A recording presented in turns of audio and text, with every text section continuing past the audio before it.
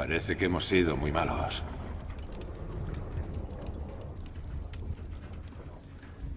Se suunnittelee jotain. Ja kato. Se puritaan poikki.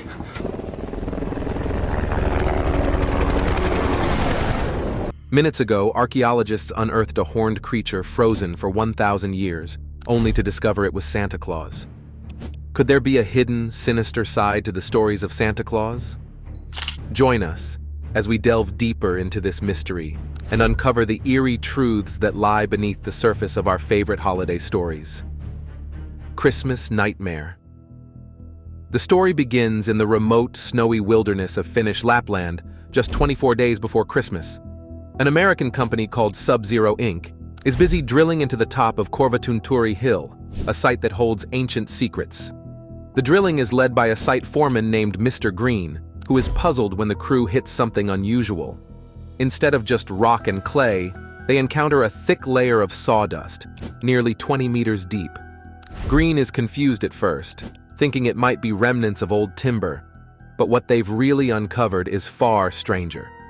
The discovery sets off alarms for Mr. Riley, the project manager. He recalls that in the past, sawdust was often used to insulate ice, especially in large-scale refrigeration. This revelation leads Riley to a startling conclusion.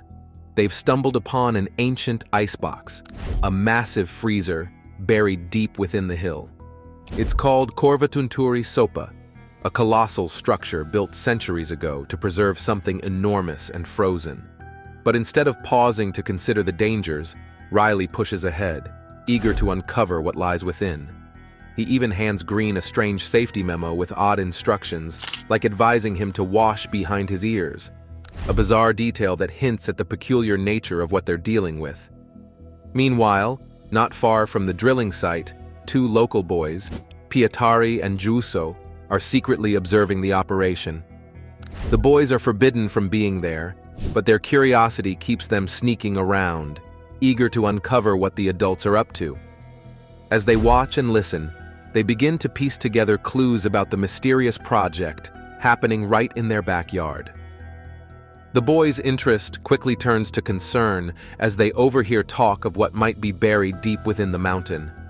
As the drilling continues, the crew finally unearths a gigantic block of ice, just as Riley had suspected. This discovery sends a wave of excitement through the team, particularly the superintendent, who believes that they are on the verge of realizing a long-held dream. He explains that Korvatunturi Sopa is not just a hill, but a massive mound, painstakingly constructed by the people of Lapland over centuries. Now, this ancient structure is about to be opened with dynamite in just 24 days, timed perfectly for Christmas. But this was only the beginning of their worries. Pietari, who has overheard everything, feels a mix of excitement and dread. He's always been fascinated by the stories of Santa Claus, the legendary gift giver who brings joy to children. But the Santa they've discovered isn't the kind, jolly figure he's heard about. Instead, he learns from old books that this Santa is a terrifying, horned creature who punishes naughty children in brutal and unforgiving ways. The image of Santa as a monster shakes Pietari to his core, filling him with a sense of impending doom. As Christmas Eve approaches, the tension in the village begins to build. Pietari's father, Rauno, a practical and cautious man, senses that something bad is about to happen. He starts preparing for the worst, constructing a wolf trap near their home, a clear sign that he believes the threat is real and imminent. Meanwhile, the entire village is on edge, bracing for whatever might emerge from the depths of the mountain. An explosion at the drilling site shakes the community, stirring up ancient fears that have long been buried in the local folklore. But this was only the start of their troubles. Determined to protect his family and the village, Pietari takes matters into his own hands. He suits up in hockey gear, preparing himself for a confrontation with the evil Santa he now believes is trapped in the ice. Despite his fear, Pietari feels a sense of responsibility to face the danger head-on. He tries to warn Juuso by showing him the terrifying illustrations from the old books he's found. But the adults in the village dismiss their concerns as nothing more than childish imagination. However, the situation in the village grows more unsettling with each passing day. Strange occurrences start to plague the community. Mysterious footprints appear in the snow, leading to nowhere. Reindeer, which the village depends on for their livelihood, are found slaughtered in the forest, their bodies left in a gruesome display. A heavy, palpable dread begins to settle over the village, as the once cheerful anticipation of Christmas is replaced by fear and suspicion. The men of the village, now armed and wary, decide to confront the drilling site, only to find it eerily abandoned, adding to the growing sense of unease. In the midst of all this, Rano tries to cling to a semblance of normalcy by preparing a Christmas feast for his family. But it's clear that his heart is heavy with worry. The festive preparations feel hollow, as the looming threat casts a dark shadow over the celebrations. Pietari, however, is determined to do whatever it takes to protect his loved ones. Despite his youth, he understands that this is no ordinary Christmas, and the usual traditions won't be enough to keep the darkness at bay. Santa's dark secret. As the final night before Christmas arrives, Pietari makes one last effort to stay vigilant. He positions himself by the window, clutching a bunch of keys as a makeshift alarm, determined not to fall asleep.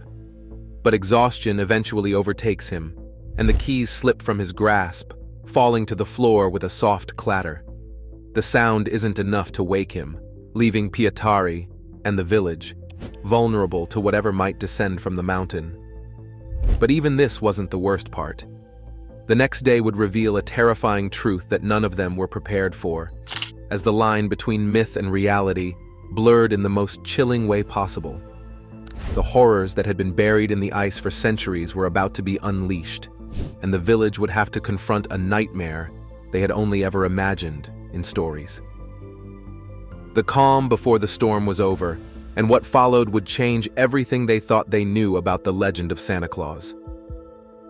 Just before that critical day at Korvatunturi, the foreman, Green, was growing increasingly anxious. He urgently contacted his manager by radio, his voice trembling with concern as he demanded that a helicopter be sent immediately to evacuate the crew. Something was very wrong. The cargo they had just extracted from the mountain wasn't ordinary at all. It was something alive, something that sent chills down the spines of even the most seasoned workers. Riley, the manager, had already left the site earlier, and when Green's call came through, he dismissed it, brushing off Green's fears as nothing more than unnecessary panic. Riley insisted that the cargo be delivered to him as planned, but as Green and Riley argued over the radio, something far worse was unfolding back at the mountain. A shadowy figure suddenly emerged from the very depths of the mountain and, without warning, swiftly eliminated all the workers in its path. Green, frozen in horror, found himself face to face with a creature that stood barefoot before him, its presence more terrifying than anything he had ever encountered. As Christmas approached, another local, Rano, was facing his own set of problems. Life wasn't going smoothly at all. He pulled a burnt roast from the oven, angrily shoved it back in, and turned his attention to lighting the fireplace. But just as he tried, the fireplace retaliated with a pop, blowing a cloud of soot straight into his face. Startled and frustrated, Rano let out a cry of annoyance, waking his young son, Pietari.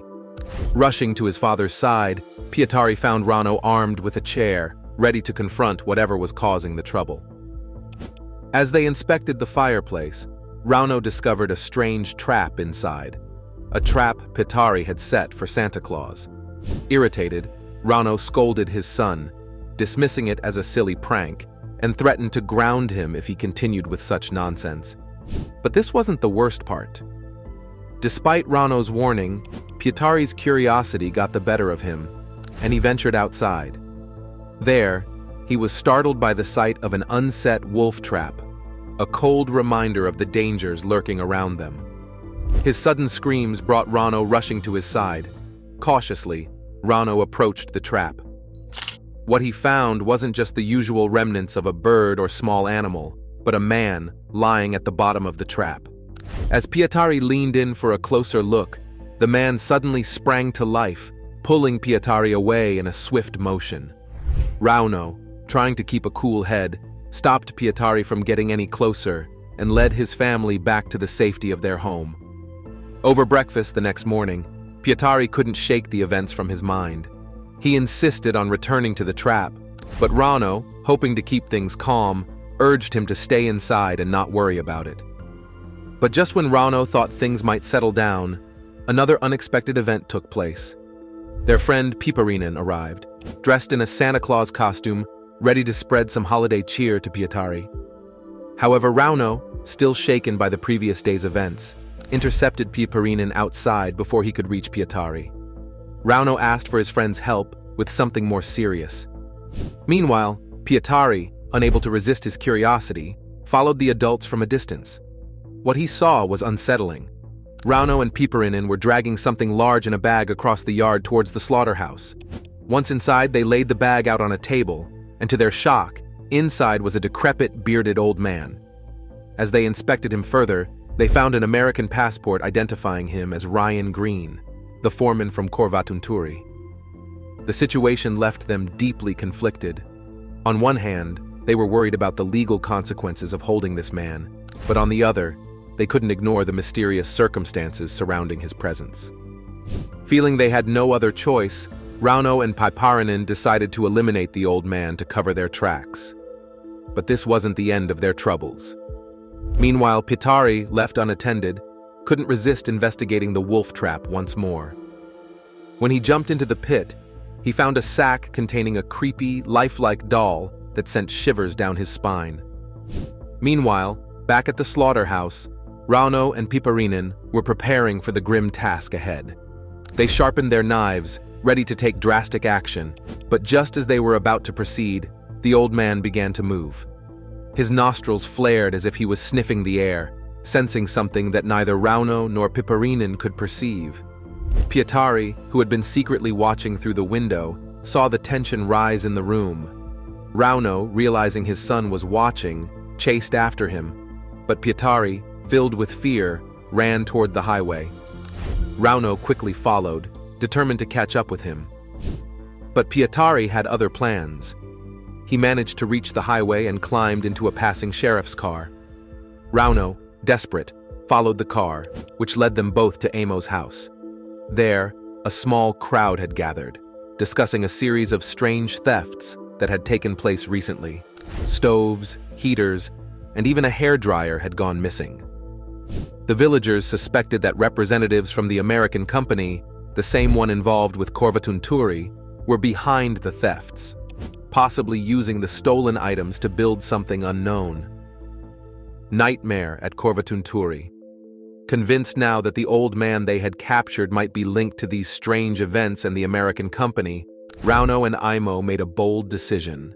They would hold the old man hostage and demand a ransom, hoping to get some answers. But things quickly spiraled out of control. The old man, who had been acting strange from the beginning, now started to behave in ways that were less and less human. When Pietari arrived at Imo's house and insisted on speaking with his father, the old man reacted oddly to Pietari's presence. He turned toward the door as if drawn by some unseen force, his demeanor shifting ominously. This moment was all it took for Pietari to realize the terrible truth. The old man wasn't just any person. He was a malevolent Santa Claus, one who had been kidnapping the village children. With this terrifying knowledge, the villagers, now fully aware of the danger they faced, banded together. They knew that what they had unearthed from Corvatunturi was far more than just a man. It was a nightmare come to life, one they would have to confront together if they hoped to save their village. When the men arrived at the base of the mountain, they stepped out of their car and noticed something strange right away.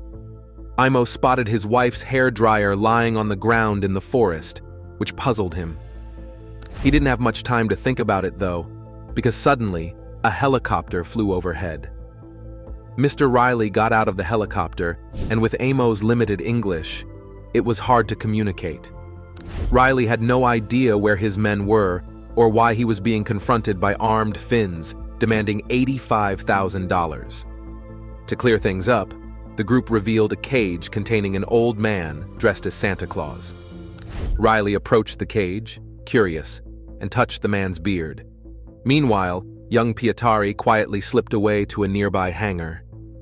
Inside the cage, the man dressed as Santa raised his head and locked eyes with Riley, and his gaze was strangely intense. Riley, startled, told everyone to lower their weapons and smile. But this wasn't the worst part. Soon they realized that the man in the cage wasn't Santa Claus, but one of his elves, and this revelation confused everyone.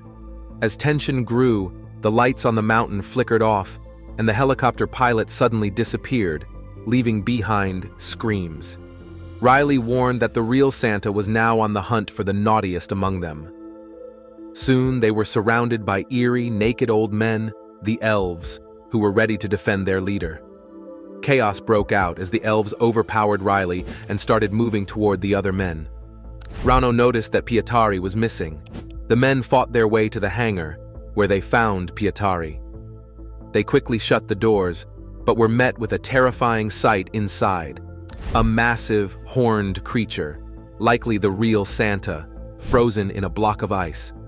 The elves had stolen heating devices from the villagers to thaw their master, but things were about to get even worse. The air was filled with the muffled cries of children trapped in bags around the ice, taken by the elves to prepare for Santa's awakening. Among those cries was Juso's. When Imo heard his son's voice, he frantically searched the bags, trying to find him while the elves pounded on the hangar doors. Piparinen and Rauno rushed to turn off the heating devices and block the entrance. After a desperate search, Imo finally found Juuso and hugged him tightly. But just then, the ice holding the monstrous Santa began to crack. As panic spread, Piparinen shouted in fear, thinking they were all doomed. However, Pietari stayed calm and quickly came up with a plan. He noticed a hole in the hangar's roof and got everyone's attention with a shotgun blast. The room fell silent, and Pietari explained that the children could be used to lure the elves away from the hangar, but they also needed to destroy the real Santa.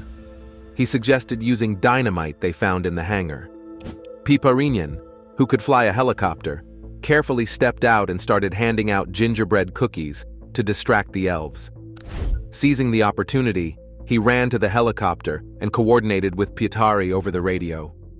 The children were placed in a cargo net, and Pietari, hanging on tightly, was lifted through the roof by the helicopter. Pietari instructed Piparinen to fly low, using the scent of the children to lead the elves into the forest. But even with this plan, danger still loomed. The elves chased after the helicopter, leading them into a trap at an empty deer pen.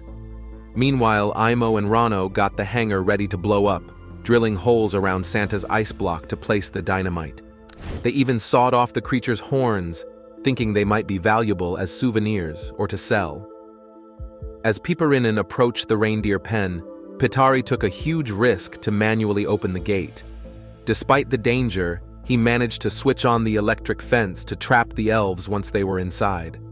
From a safe distance, Rauno detonated the explosives, destroying the hangar and the monstrous Santa within it.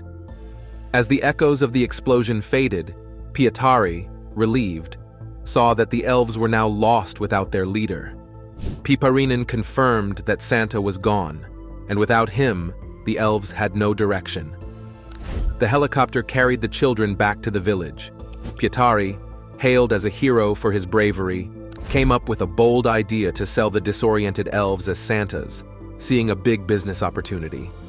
The calculations showed that this could be very profitable, and the men felt a deep sense of respect for each other's courage. As they watched the sunrise, marking the end of their terrifying adventure, they started planning how to prepare their new workforce of elves for the next Christmas season.